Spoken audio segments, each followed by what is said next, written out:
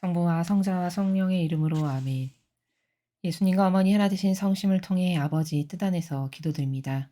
아버지, 과거 이스라엘이 아버지께 왕을 달라 청하며 모욕되었던 것을 다 되갚아서 되돌려드리는 마음으로 이제 저희는 아버지의 뜻 진리께서 어서 오시어 다스려 주시옵기를 이토록 애원하며 갈망으로 청드립니다.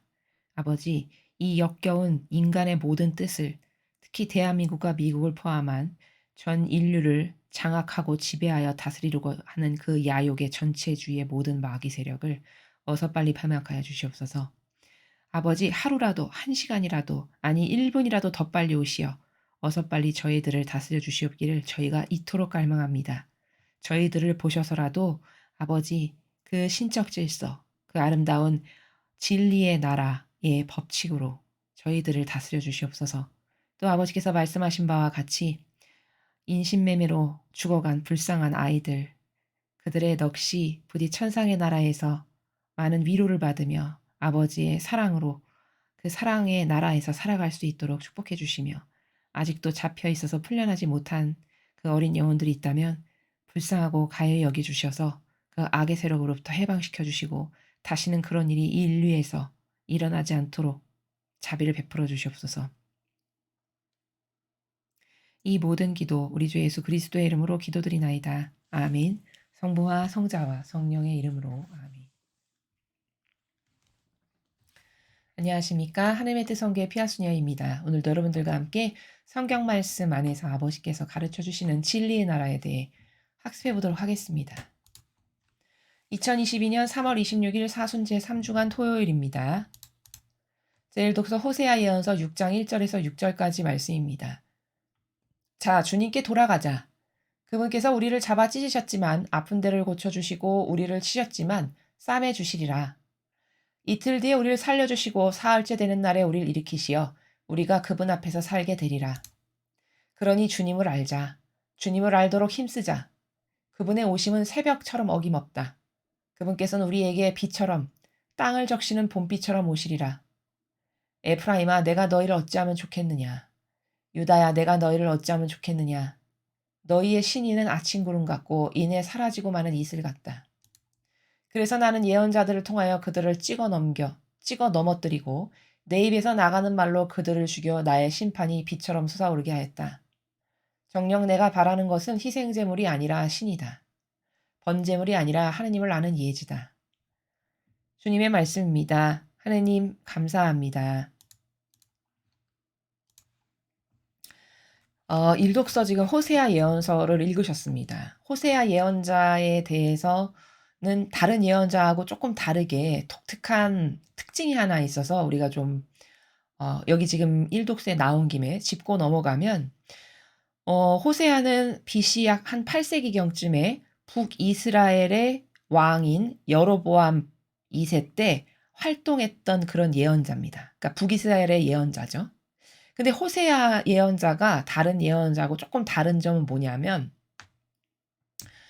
음녀와 결혼을 하게 하세요. 하느님 아버지께서. 여러분이 다 아시겠지만 그 음탕한 여인, 그 바람난 여자와 결혼을 하게 하시죠. 그런데 그 여인이 정숙하지가 못하니까 이렇게 바람을 피우면 아버지께서 너 가서 돈을 지불하고 그 여인을 데리고 와서 다시 살아라. 이렇게 말씀을 하십니다. 근데 이 사람이 예언자이다 보니까 아버지 뜻에 충직하고 충실한 일꾼이잖아요. 그러니까 인간적으로는 참 싫겠지만 그 아버지의 뜻을 받들어서 그대로 시행을 합니다. 근데 하느님께서 그러면 왜 그렇게 하셨냐? 너 알겠지? 내가 내 백성이라는 그 영혼들한테 얼마나 수많은 배신을 당하면서 사는지 그 배신당한 마음의 씁쓸함이 어떤 건지 너 좀 알겠지? 이런 나라에서 호세아 예언자에게 그 방탕한 여자와 결혼하게 하시고 그 여자를 바람필 때마다 데려와서 다시 살게 하신 이런 것을 아버지가 허락하시면서 그것을 통해서 하느님 아버지께서 얼마나 많은 상처와 치욕과 모욕을 당하시는지를 좀 깨달아라 라고 하시는 요것이 다른 예언자하고 조금 구별되는 독특한 그런 특징이다라는 겁니다. 그래서 이 오늘 호세아 예언서를 쭉 보면은 이 이스라엘 백성이 참 정말 하느님께 한결같지 못한 그 마치 바람난 여인과 같은 그런 반향을 계속하는 거죠, 하느님 아버지께. 이때만 그랬냐? 아니죠. 불과 이집트에서 그렇게 어렵게 종살이하면서 살던 걸 가여워서 꺼내 주셔서 광야로 이렇게 데려가시는데 그 찰나도 참지를 못해 가지고 그 홍해바다 건너기 전까지도 계속 불평불만, 광야를 가는데도 만나 지겹다고 불평불만, 메추리 내려주면 또 그것도 지겹다고 불평불만, 이런 수준이었죠, 그 영혼들의 수준이. 그래서 여기 보면은 이런 말씀이 있으시죠. 내가 너희를 어찌하면 좋겠느냐. 너희의 신의는 아침 구름 같고 이내 사라지고 마는 이슬 같다. 얼마나 변덕스러우면은 그 속성이 아침 구름 같대요. 여러분, 아침 구름 잠깐 이렇게 했다가 슥 지나가죠, 금세. 이내 사라지고 마는 이슬. 여러분, 새벽녘에 이렇게 풀숲에 이슬 맺힌 거 보면 그거 햇빛 뜨면 떠서 불과 얼마 있지 않아서 다 증발돼서 날아가죠. 이게 그렇게 찰나처럼 그 신의가 자기가 화급하고 다급할 때는 주여 이러면서 하느님 찾고 막 뭐 도와달라고 막 이랬다가 좀 살만하면 언제 그랬냐는 듯이 돌아서고 인간의 제도 전통이나 따르고 그게 더 좋다라고 하고 옆에 왕이 옆에 나라가 잘 살아. 그러니까 저기 어느 신못인데 그래? 우리도 그거 모시자. 이런 모욕과 역겨움을 수천 년 동안 계속 드리는 겁니다. 그러니까 신이가 너는 신이라는 게 이건 신이라는 단어를 쓰기에도 사실 아까운데 신이가 아침 구름 같고 사라지고 마는 이슬과도 같다는 거예요. 이 한 문장만 봐도 얼마나 이스라엘 백성이 하느님께 어떤 반향을 했는지를 여기 바로 추상과 직관으로 확확 다가오죠. 얼마나 형편없는 반향을 했는지를 여기 알 수 있죠. 그렇죠? 그러면서 그런 반향을 네가 해서 나는 내 예언자들을 통해서 찍어 넘어뜨리고 또 내 입에서 나가는 그 진리의 말씀으로 그들을 죽여서 내 심판이 비처럼 솟아오르게 내가 이런 것들도 너희들의 그 잘못된 반향에 응징을 하기도 했다. 이런 말씀이세요. 그리고 이 후미에 보면 정녕 내가 바라는 것은 희생제물이 아니라 신이다. 번제물이 아니라 하느님을 아는 예지다. 오늘 일독서에서 가장 중요한 핵심 문장은 6절이에요. 6절을 잘 보시면요. 정녕 내가 바라는 것은 하나님 아버지께서 원하시는 건 뭐냐면 희생제물이 아니라 신이래요. 신이. 여러분, 희생제물 돼지, 소, 소, 양, 1,000마리, 1억 마리 바치면 그게 기쁘냐? 물론 동물을 바치는 거는 그 당시에 큰 재산이니까 물론 희생이 들어가죠. 그러나 그것은 어찌 보면 형식주의예요. 하느님께 이런 희생제물을 바쳐야 되는데 그래서 마치 우리가 종교 생활할 때 때 되면 그냥 자동으로 그냥 거기에 어떤 마음이 있다거나 진실성이 있다거나 사랑을 해서라거나 그런 게 아니라 그 종교 행사를 형식으로 치러내는 것과 같은 그런 것이 희생제물이라고 표현하신 나라예요. 야, 나는 그런 거 필요 없고 신의를 내가 바란다 이거예요. 신의가 뭡니까? 우리는 세상에서 이런 단어 쓰죠. 저 사람 신이 성실해. 그게 뭐냐? 한결같다는 거예요. 저 사람을 내가 믿어야겠어. 그러면 죽는 날까지 한결같은 사랑과 그 한결같은 정신으로 계속 그를 믿고 신뢰하는 이게 신이에요. 이런 게 신이라는 겁니다. 그럼 이스라엘 백성에게 하느님께 대한 그런 신의가 있었습니까? 전혀. 오죽하면 지금 아버지께서 여기 그 이스라엘 백성이 신이라고 꼴랑 드리는 게 아침 구름 같고 사라지고 마는 이슬과도 똑같다라는 겁니다. 종교 생활은 다 여기에 해당해요. 그렇죠. 종교 생활은 볼 것도 없이 이거예요. 왜? 자기가 좋아지기 위해서 하는 게 종교 생활이니까.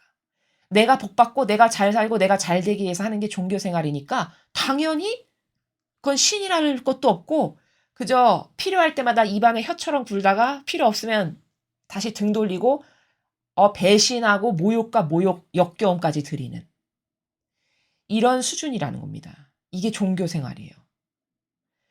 자, 그럼 그런 종교 생활을 하는 영혼에게 그 하느님의 엄청난 은총이 주어지기에 합당할까요? 오히려 그 모욕과 역겨움을 갚기에도 두려운 마음을 들어야 될 겁니다. 이게 어느 정도로 무서운 거냐면요. 성경에 나오는 진실이 뭐냐. 예수님이 이런 말씀하시죠. 너는 차라리 나를 몰랐던 게 낫다. 이게 굉장히 무서운 말씀이거든요. 차라리 하느님을 몰랐어. 그 신자가 아니야. 그냥 평범하게 살았어. 근데 그 평범하게 사는 그 사람이 늘 선한 마음을 품고 자기보다 어려운 사람 도와주고 약자 돌보고 그리고 법 잘 지키고 그리고 신이 계신데 그래도 신은 경외해야지 이런 마음가짐으로 일평생을 살았어요. 신이 성실하게. 그러면 차라리 그 사람이 천상의 나라에 가기에 더 합당해요. 세례받았는데 매일 하느님께 모욕과 역경을 드리는 악의 세력과 타협하고 동조하고 협력해서 나 좋아지는 것을 위해서는 눈이 혈안이 돼서 그것이 무엇이든 다 타협하는 이런 것보다 훨씬 그 영혼이 향기롭다라고 하시는 거예요. 너는 나를 몰랐던 게 낫다가 바로 여기에 나옵니다. 하느님의 일꾼으로 사는 건 정말 축복받은 인생이에요. 잘 살면. 높은 직함과 권한을 가져서 그것을 무소불위의 권력으로 휘둘러서 내가 영원히에 군림하고 지배하고 이분법 신분질서로 살아서 나를 하느님 자리에다 갖다 놔서 내가 왕처럼 대접받으면서 살았어. 예를 들어. 그럼 그거는요. 그 평범한 하느님 모르지만 세례도 못 받았지만 착하고 성실하고 늘 선한 마음으로 선한 지향을 갖고 나보다 못한 사람을 도와주는 그 사람보다 이 사람이 지옥 가기에 합당해요. 그게 너는 나를 몰랐던 게 낫다에 해당하는 겁니다. 그럼 성도는 예외냐? 성도도 예외 아닙니다. 세례 받았어. 세례 받으면 무조건 천상에 갈까요? 절대 그렇지 않죠. 그렇죠? 세례 받았는데 그런 인간의 변질된 제도 전통하고 끊임없이 하나 돼서 하느님께 모욕을 드리는 세력과 열렬히 하나 됐어. 그러면 이 사람이 그렇게 하느님 모르고 착하고 성실하게 살아가는 사람보다 너는 나를 몰랐던 게 낫다에 이 사람도 해당합니다. 이런 거예요. 이게 성경에 나오는 법칙입니다. 그러면 여기다 어떻게 신의를 기대할까요? 그렇죠? 이런 종교 생활 가운데 이런 이분법 신분 질서로 왕처럼 살아가는 여기에 무슨 신의를 기대하겠습니까? 그렇죠. 또 여기 번제물이 아니라 하느님을 아는 예지다. 하느님이 어떤 분이셔.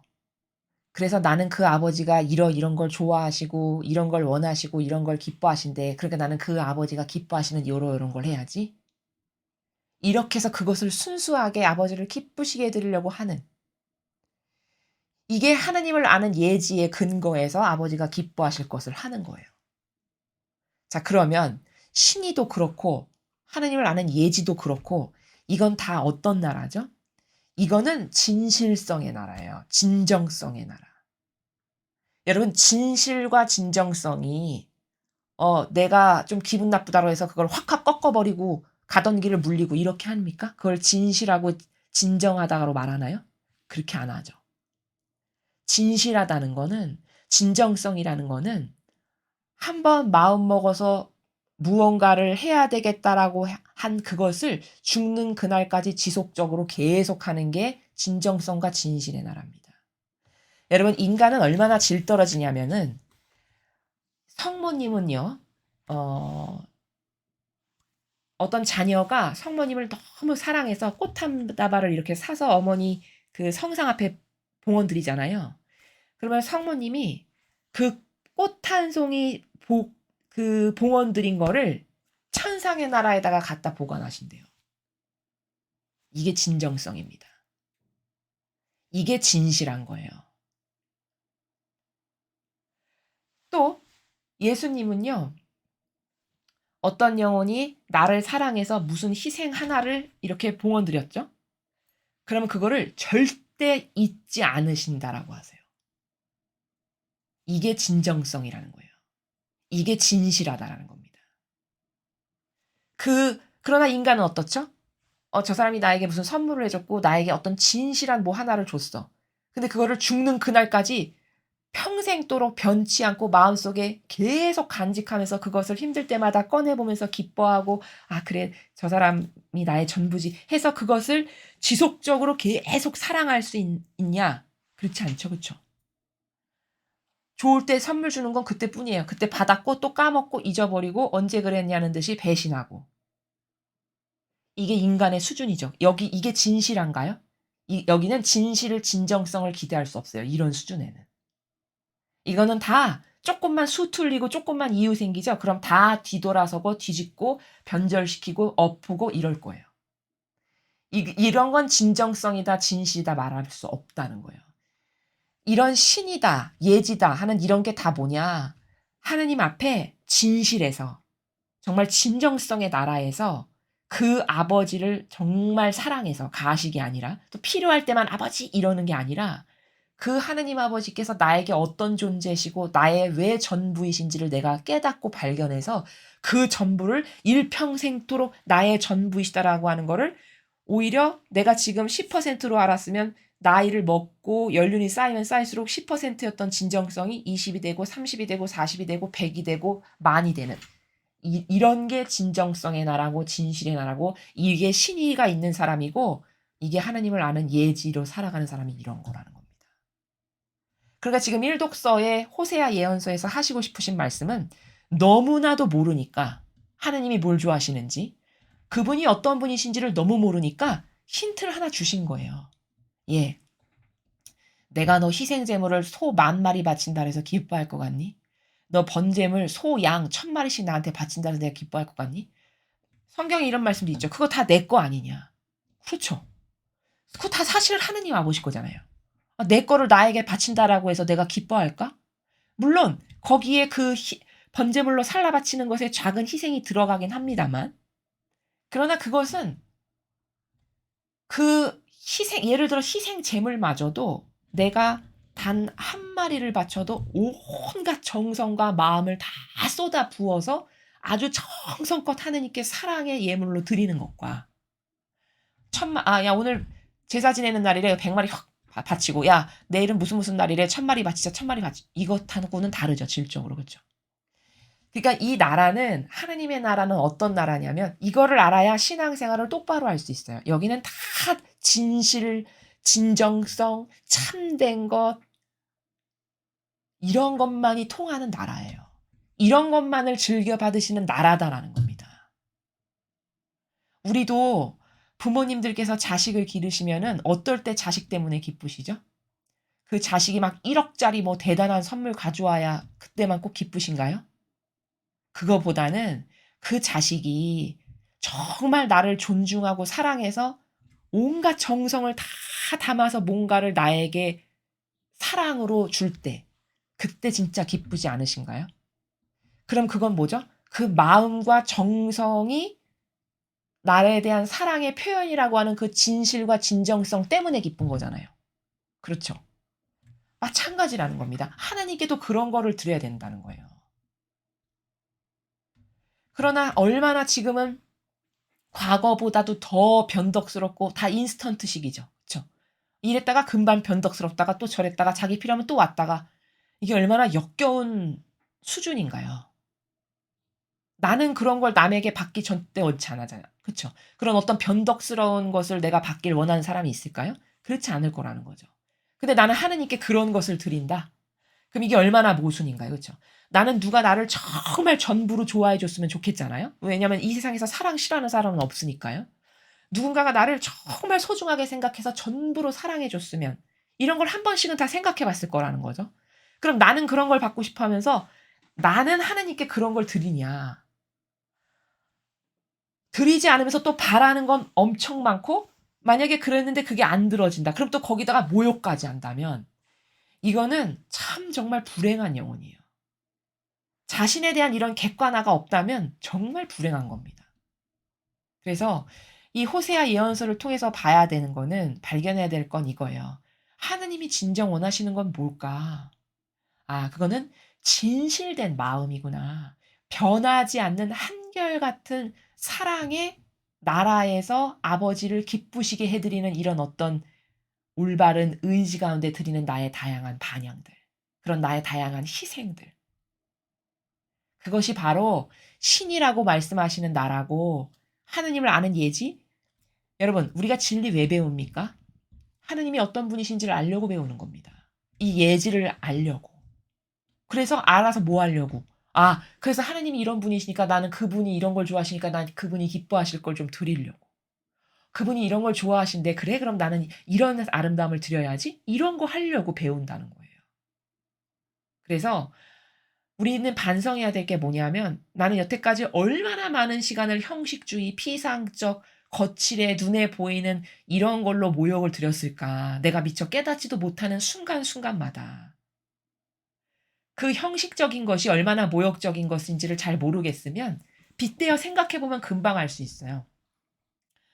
여러분 집안에 어른이 계시는데 할머니 할아버님이 계시는데 그 할머니 할아버님께 마음이 없고 형식적으로 맨날 건성으로 인사하고 뭐 있으나 마나한 존재로 여겨. 그러면 그게 곧 모욕과 치욕 아닌가요? 차라리 없는 게 나아요. 그쵸? 없는 게 낫습니다. 있는데 본체만 대하고 대면대면하고 존중도 안 하고 사랑도 안 한다. 그러면 그거 자체가 모욕이죠. 그쵸? 그럼 인간도 이런 거를 조금만 지력이 이렇게 있는 사람은 모욕이다라고 느낀단 말입니다. 그럼 하느님은요? 얼마나 큰 모욕일까요?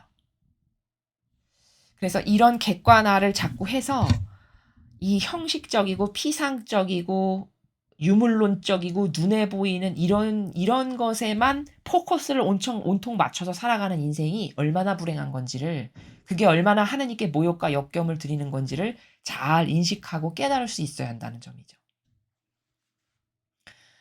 자, 계속해서 복음 말씀 보시겠습니다. 루카복음 18장 9절에서 14절까지의 말씀입니다. 주님 영광 받으소서. 그때 예수님께서는 스스로 의롭다고 자신하며 다른 사람들을 업신여기는 자들에게 이 비유를 말씀하셨다. 두 사람이 기도하러 성전에 올라갔다. 한 사람은 바리사이였고 다른 사람은 세리였다. 바리사이는 꼿꼿이 서서 혼잣말로 이렇게 기도하였다.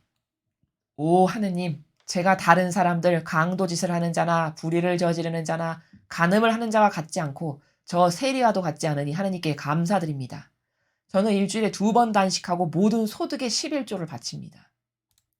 그러나 세리는 멀찍이 서서 하늘을 향하여 눈을 들 엄두도 내지 못하고 가슴을 치며 말하였다. 오 하느님, 이 죄인을 불쌍히 여겨주십시오.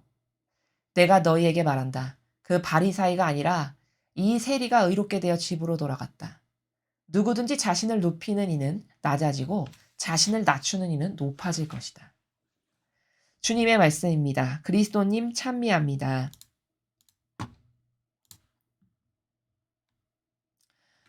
자, 여러분 앞에 일독서와 조금 연관지어서 설명을 드리면요.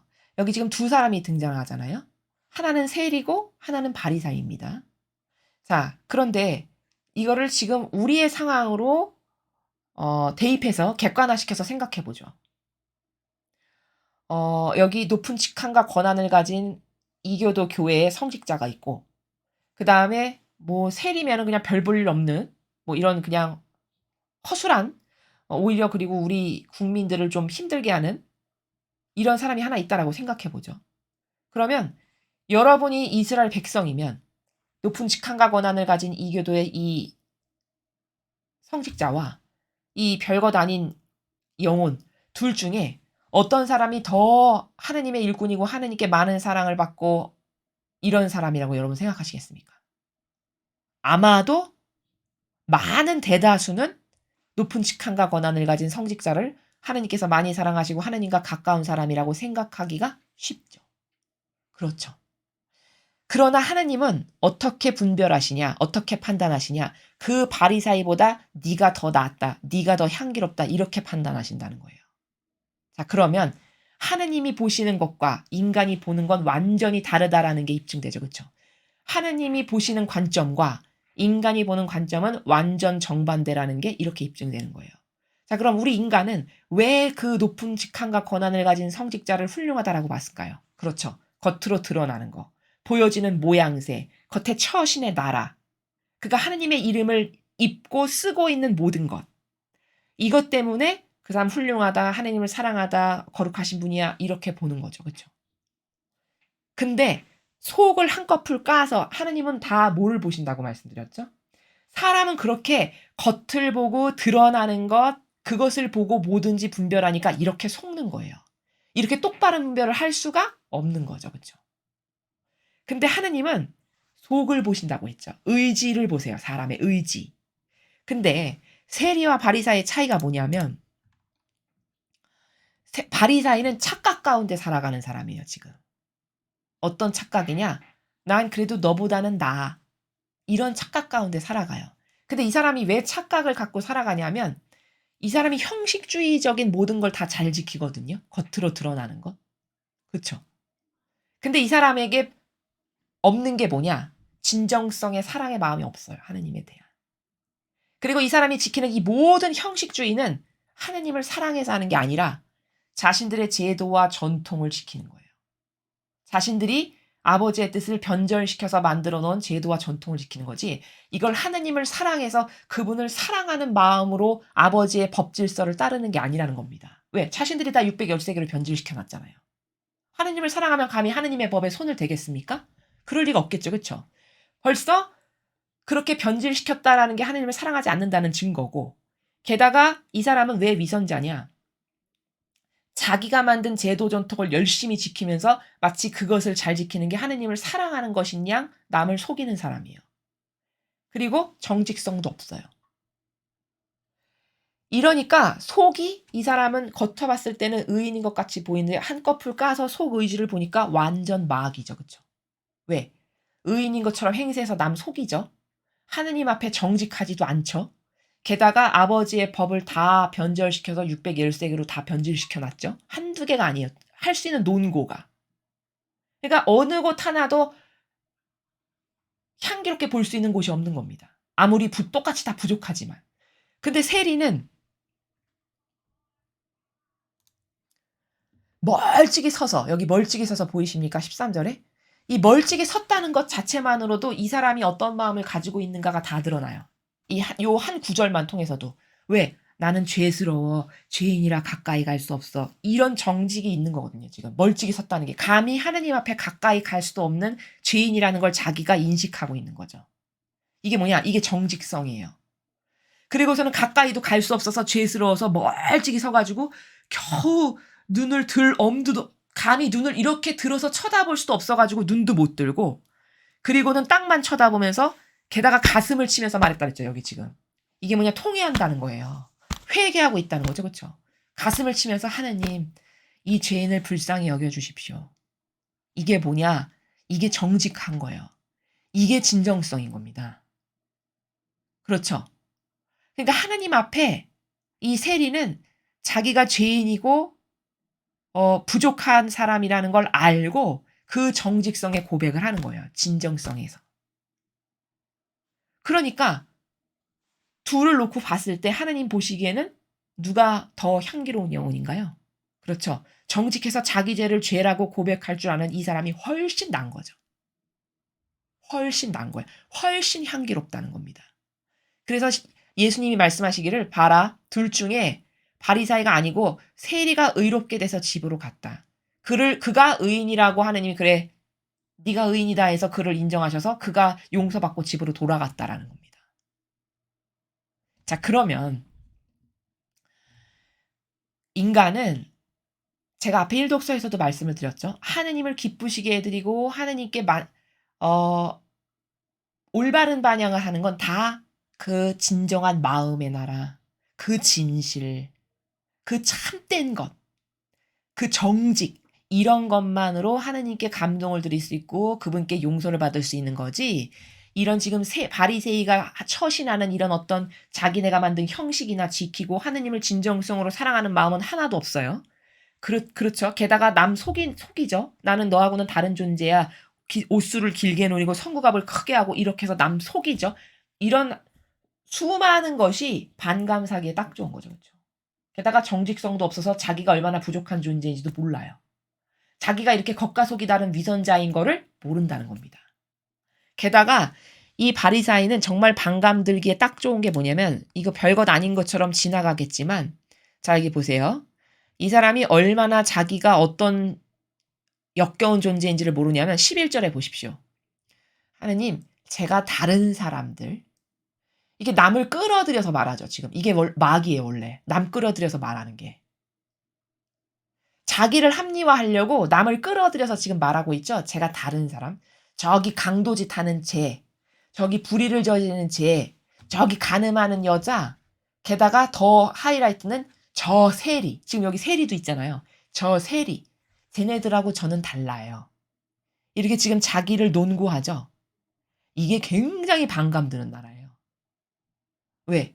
남을 끌어다가 나는 쟤하고는 다른 이런 존재예요. 라고 자기가 선량하고 착한 존재라고 착각 가운데 지금 자기를 입증시키려고 남을 끌어다 말하죠. 이렇게 남 끌어들여서 말하는 건 다 마귀입니다.